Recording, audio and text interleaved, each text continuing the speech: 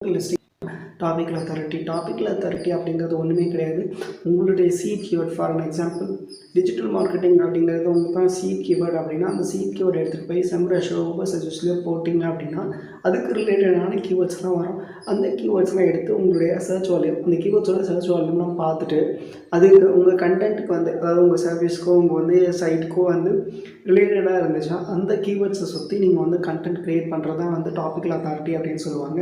Topical authority எப்படிலாம் create பண்ணலாம்னா, இந்த ஃபஸ்ட்டு விஷயம் சீட் கீவேர்ட் சொன்னாலே அந்த ஒரு விஷயம் பண்ணலாம். அடுத்து 2வது விஷயம் ஆன்சர் த பப்ளிக் அப்படிங்கிற அந்த வெப்சைட்டில் போய்ட்டு உங்களை சீட் கீவேர்ட் அப்படின்னா நிறைய கொஷின்ஸ் வரும். அந்த கொஷின்ஸ்க்கு நீங்கள் ஆன்சர் பண்ணலாம். 3rd விஷயம் அப்படின்னா கூகுளில் சர்ச் பண்ணும்போது கீழே பீப்புள்ஸ் ஆல்சோ ஆஸ்க் அப்படின்னு சொல்லி இருக்கும்ல, அதை பண்ணலாம். இல்லை ஃப்ரீக்வெண்ட்லி ஆஸ்க் கொஷின்ஸ் அதுக்கு எக்ஸ்பிளைன் பண்ணி பண்ணலாம். கோரா அந்தமாரி கொஷின் ஆன்சர் சப்மிஷன் சைட்ஸ் இருக்கியா, அந்த சைட்ஸில் கொஷின்ஸ்லாம் கேட்டிருப்பாங்களா, அந்த கொஷின்ஸுக்கெலாம் ஆன்சர் பண்ணிங்க அப்படின்னா உங்களோட டாபிக்கில் அத்தாரிட்டி இன்க்ரீஸ் ஆகும்.